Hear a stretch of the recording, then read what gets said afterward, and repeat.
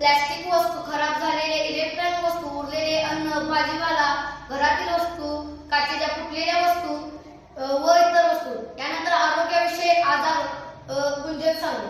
समस्येचे परिणाम: आरोग्यविषयक आजार, मृदा प्रदूषण, जल प्रदूषण इत्यादी. समस्या कुठे आढळते? तुम्हाला थोडक्यात आहे.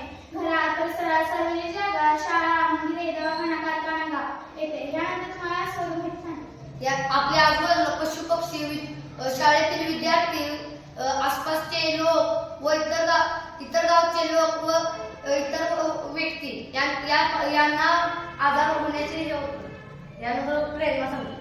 या समस्येवर उपाय काय? या प्रश्नावर आम्ही विचार करताना आम्हाला जाणवले की कचरा वर्गीकरण झाले पाहिजे, म्हणून आम्ही कचरा व्यवस्थापन अष्टांग मार्ग हा उपक्रम राबवला आणि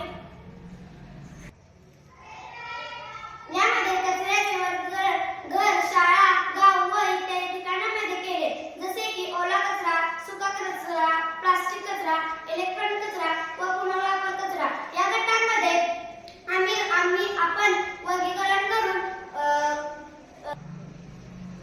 आपण या समस्येवर मात करू शकतो आणि याची जबाबदारी सर्व व्यक्तींनी घ्यावी. आम्ही प्रत्येक घरोघरी गावामध्ये प्रत्येक लोकांना सांगून आम्ही आमचे काम सर्वांना कचऱ्याविषयी माहिती सांगून आम्ही कचऱ्याचा मात करून आता आम्ही हा घरोघरी उपक्रम प्रसार केलेला आहे व याचा उपयोग आम्हाला खूप झालेला आहे. हा